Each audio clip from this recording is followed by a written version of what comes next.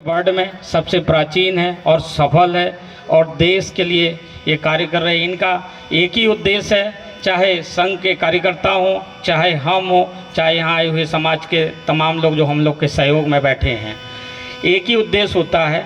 ये 20 दिन का वर्ग चल रहा है। इस वर्ग में क्या अंतर्राष्ट्रीय समस्याएं हैं, क्या राष्ट्रीय समस्याएं हैं, क्या देश की समस्याएं हैं, शिक्षा से क्या संबंधित समस्याएं हैं, उसके लिए यहाँ प्रशिक्षण दिया जाता है। तो देखा जाए लगभग हमारे पूरे देश में संघ की लगभग होंगी 50,000 से ऊपर शाखाएं चल रही हैं और 98 वर्ष का जो सफ़र हम तय करके आ रहे हैं। और देखा जाए कि हमारे सामने लगभग ये तो 500 के करीब बैठे हैं जो अभ्यास वर्ग में 20 दिन में इन्होंने अपना प्रशिक्षण प्राप्त किया है। इनके लिए हम लोग की बड़ी मेहनत होती है।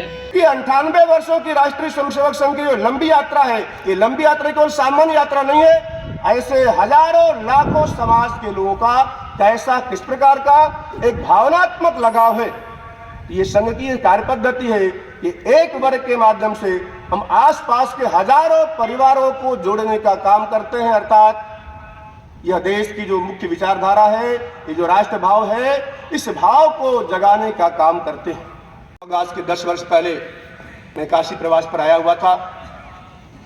मैं यहाँ पर विभाग प्रचारक था। उस समय का प्रसंग था, हम लोग काशी हिंदू विश्वविद्यालय में रविंद्र सेठी जी प्रचारक थे, उनके साथ हम लोग थे। 14 फरवरी वैलेंटाइन डे था।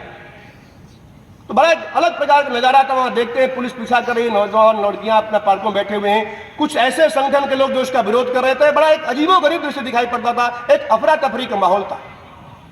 अरे वैलेंटाइन डे का भूत कितना सवार था उस कैंपस के अंदर, समाज के अंदर भी था। संजोग ऐसा रहा कि इस वर्ष 14 फरवरी को भी मैं काशी में ही था और किसी प्रसंग बस मुझे काशी हिंदू विश्वविद्यालय जाना पड़ा। मैं परिसर में गया, वहां से पूरा परिसर में सन्नाटा, कहीं किसी प्रकार का कुछ वहां पर अफरा तफरी नहीं थी। जब मैं लौटकर वापस लंका कार्यालय आया तो मैं देखा हमारे कृष्ण जी बैठे थे। एक 25-30 नौजवान आए थे। भाई साहब हमें कुछ फोल्डिंग दे दीजिए, क्या है इसमें बैनर लगाना। किसका बैनर? तो पुलवामा के शहीदों के स्मृति में 14 फरवरी को जो उनके स्मृति में हम कैंडल मार्च निकालने वाले हैं। और आज वो दृश्य देखिए, एक समय था और केवल यहां नहीं हुआ, केवल बीएचयू में नहीं हुआ, तो आपने देखा होगा सभी स्थानों पर आज के युवा वर्ग के लोगों ने 14 फरवरी को वैलेंटाइन डे को भूल गए और पुलवामा के शहीदों के स्मृति में उन्होंने कैंडल मार्च निकाला है, मोमबत्तियां जलाई हैं, कंप्यूटर से उनके चित्रों को लाकर सामने लगाया, तस्वीर लगाया, उनके सामने बैठते हैं, प्रार्थना करते हैं। ये सोच बदल रही है। 1 जनवरी अंग्रेजियत हिसाब से जो नया वर्ष होता है, ठीक है, अभी हम उसका विरोध तो नहीं कर सकते, पर इस अंग्रेजियत के नए वर्ष को मनाने के लिए आज की युवा पीढ़ी सबसे आगे आती है। और अब तक अंग्रेजियत का नया वर्ष कैसे मनाया जाता था? खाना पीना, मौज मस्ती, होटल में जाना, पहाड़ पर जाना, नदी के किनारे जाना, अब तक यही देखने को मिलता था। पर इस वर्ष के 2 आंकड़े, काशी का आंकड़ा और एक अयोध्या का आंकड़ा।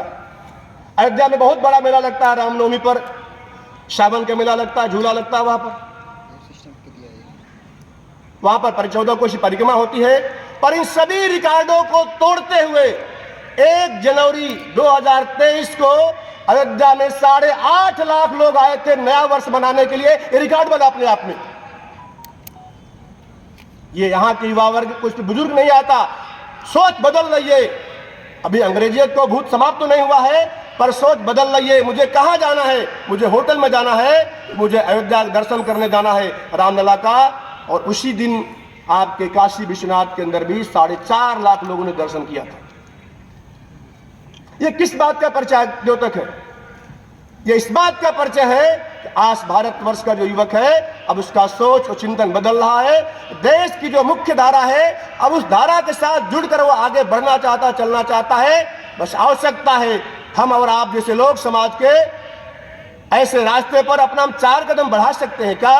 अगर हमने 4 कदम उस दिशा में अगर आगे बढ़ाने का सोचा, तो निश्चित तौर पर आपके आंखों के सामने वो दृश्य आप देखेंगे कि पूरे दुनिया के अंदर में भारत का जयकार होगा।